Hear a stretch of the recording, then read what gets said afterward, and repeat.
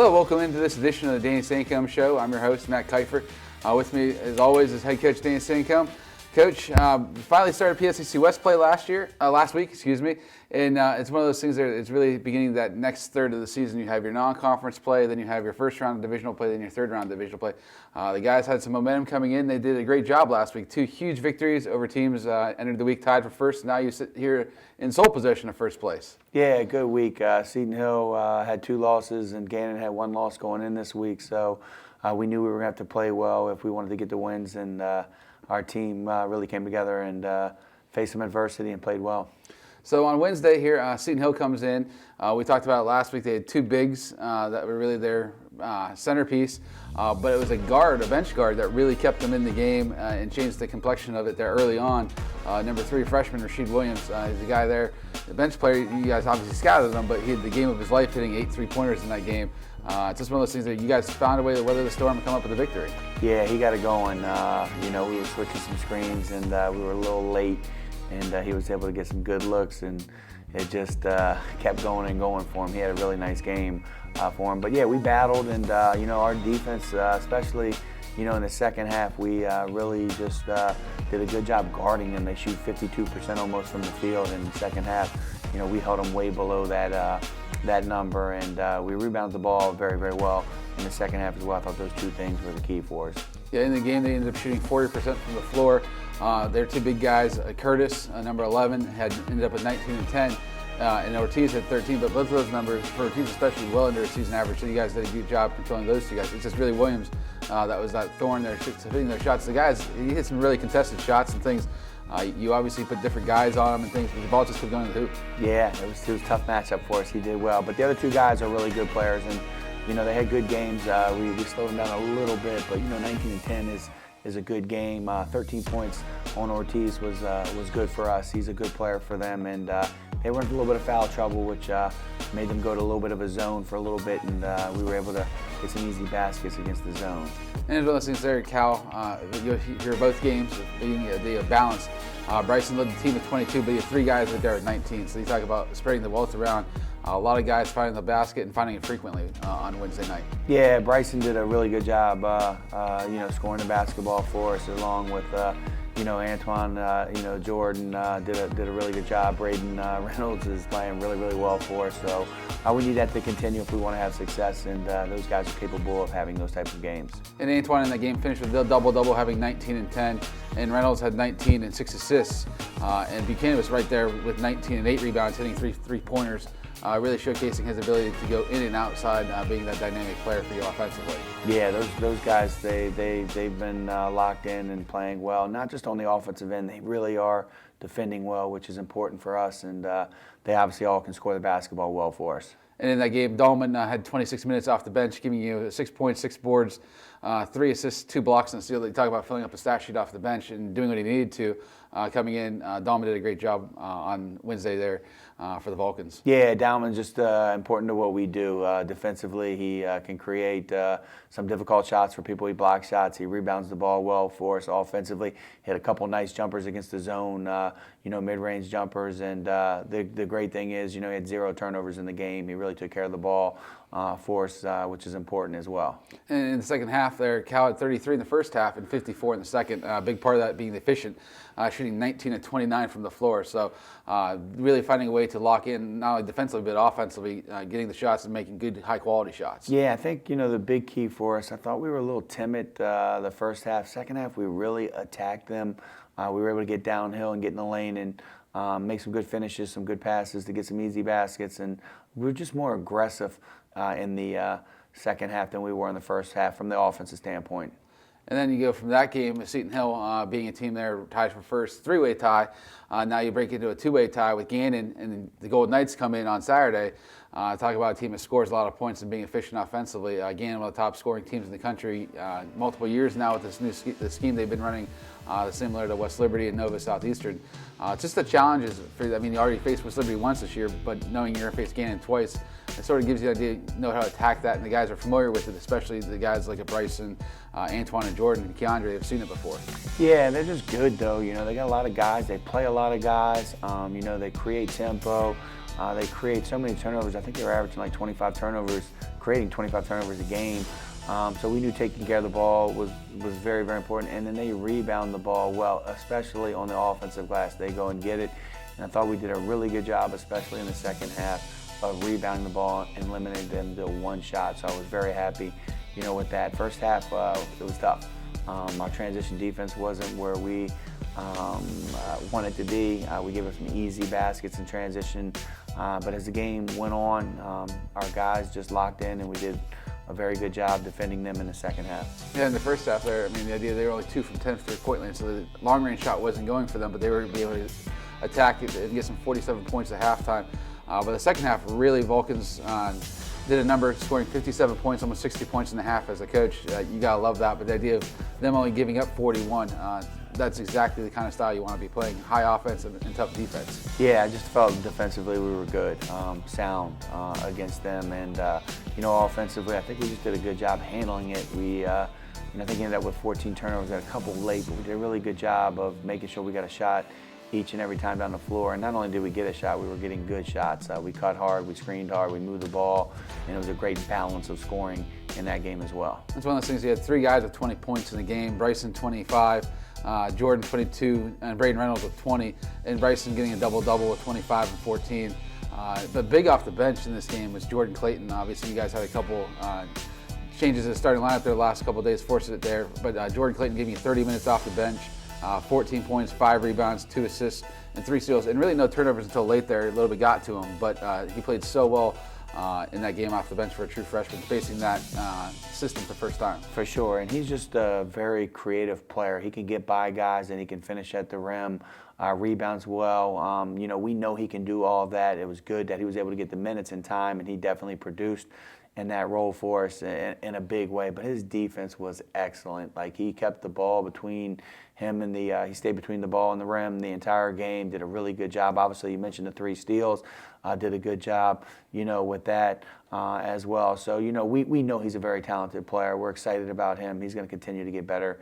I got to find a way to get him more minutes. He's earned it, and we got to keep him out there when he's playing well, and he played extremely well Saturday. And with the changes of the lineup, Keandre and Dahlman both moving to the starting lineup. Both guys have started before in their career, ended up combining for 18 points and 8 rebounds. So those guys being able to step up when they need to, knowing their number is going to be called at some point, and they did what they needed to help you guys get that win against Gannon. Yeah, I feel Keandre is really getting his legs under him now, obviously coming from football.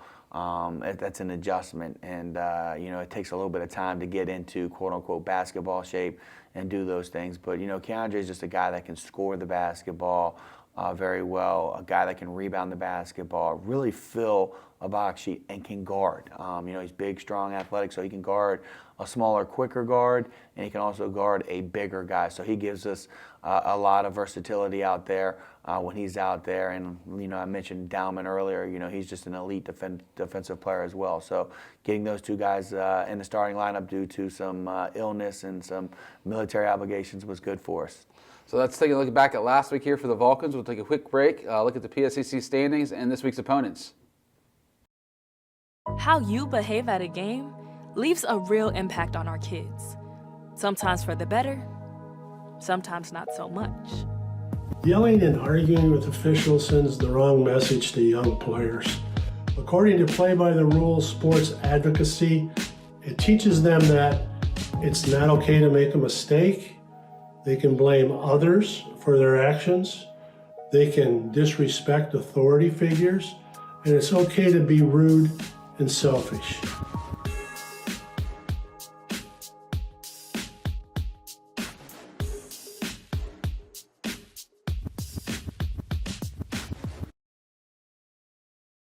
The Pennsylvania State Athletic Conference celebrates its 75th season in 2025 to 26, highlighting the many athletic achievements of its membership institutions. The PSAC has won 59 national team titles, 310 individual titles, produced 29 all-time Olympians, and 43 former PSAC players and coaches have been elected to National Halls of Fame. PSAC proud for 75 years and many more to come.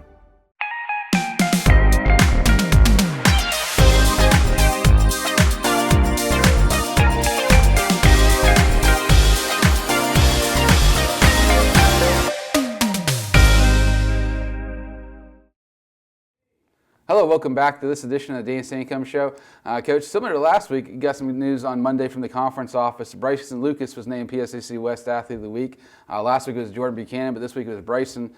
In those two victories, I mean, obviously two huge wins. He averaged 23.5 points and 11.5 rebounds and shot 11 of 12 from the free throw line against Gannon. So a big that really can do it all for you. And it's one of those things, it's hard to even quantify position he plays because he's one of your top assist guys. He blocks, he steals, he shoots, he rebounds. He can play basically 1 through 5, depending the lineup you end up going with. Yeah, Bryson, well-deserved, great week for him. Very versatile basketball player. Continuing to watch his growth is fun. I don't think he's close to his potential. He's going to continue to play at a high level for us, and was very good on both ends of the floor over the past week for us, and we need him to continue to do that for sure as we move forward. So here, just again, it's very early. I mean, it's only 8 games in for its conference schedule. You've only got 2 games in out of 2 double rounds of divisional play.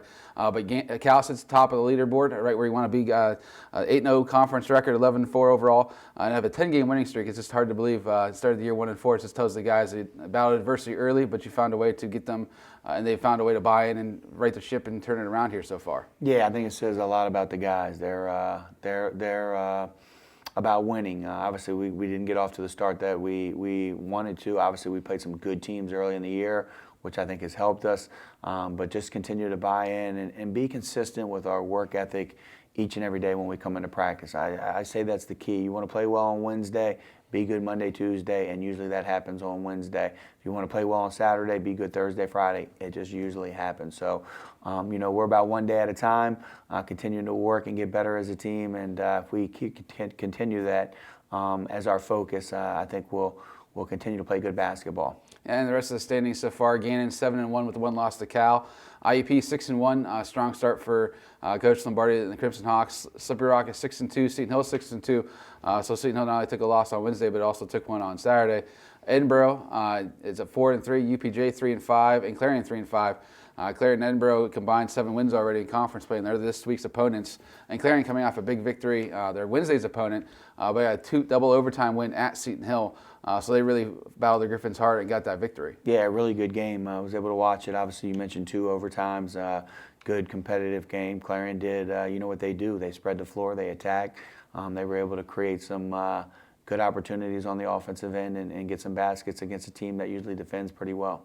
And looking at the Golden Eagles here, looking at the stats, they actually have 5 guys in double figures, so they did really balance. The last couple of years has been Cam Kearney, sort of their all-conference player, being their primary scorer, but looking this year, more of a balanced set.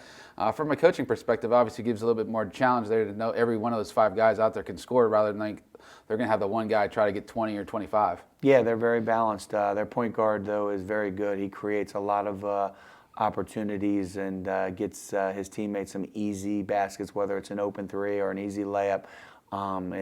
They get to areas where they can get the basketball from him. So he's very key, to them. They shoot the ball from the 3. Their 2 guard is a very good shooter. So we'll have to be out on him, and then the other guys can slash and make enough shots where you got to go out there and guard. But they're an attacking team. They like to get downhill and attack. It's going to be key that we're able to keep the ball in front. Yeah, you referenced their point guard. He's actually 5th in the country in assists. Trey Nelson, and their shooting guard, Gavin Cole, he's 2nd in the conference with 45 three-pointers. So they definitely don't mind shooting it from the outside, but also being efficient and good at it. And along those same lines as Edinboro, they actually have the top three-point shooter in the league, freshman from Abingworth right here in the Whippeal, Roman Carmichael. So it's a team you've probably seen a little bit on crossover film, not quite yet, but going into Saturday, getting to come back here against Edinboro. What have you seen so far in the Fighting Scots, and looking a little bit just of them on crossover play? You've seen maybe Scouts. Yeah, another aggressive team that can make shots, and they can create their own shots. So, guarding them is a challenge. They're a team that plays, hard. They run some two-guard stuff. They screen, they move well without the basketball. We'll have to be ready. We'll start worrying really about them Wednesday. After we finish with Clarion. So, they're a competitive team, so we got to be ready to play. Our side this year is so much parity, and it's so balanced, and teams are so good and well coached. Each night, you have to be ready to play. And I've said that since I've been in this league. Truly do mean it. It's a well coached with great players in our league, especially on our side. And if you want to win, you're going to have to play really well, which comes down to execution and toughness. And we're going to continue to have to do that if we want to win games. Yeah, so Wednesday here, Clarion, first road trip you guys had since basically Christmas. So you've had a nice time here at the Convocation Center. But the Vulcans return to action on Wednesday when they travel to Clarion for a doubleheader. 5:30 men's start at 7:30, and then coming back here to the Convocation Center on Saturday with Edinboro 1 and 3 p.m. Coach, thanks as always for the time, and best of luck here this week. Thank you, appreciate it. You've been watching the Dan Sancomb Show.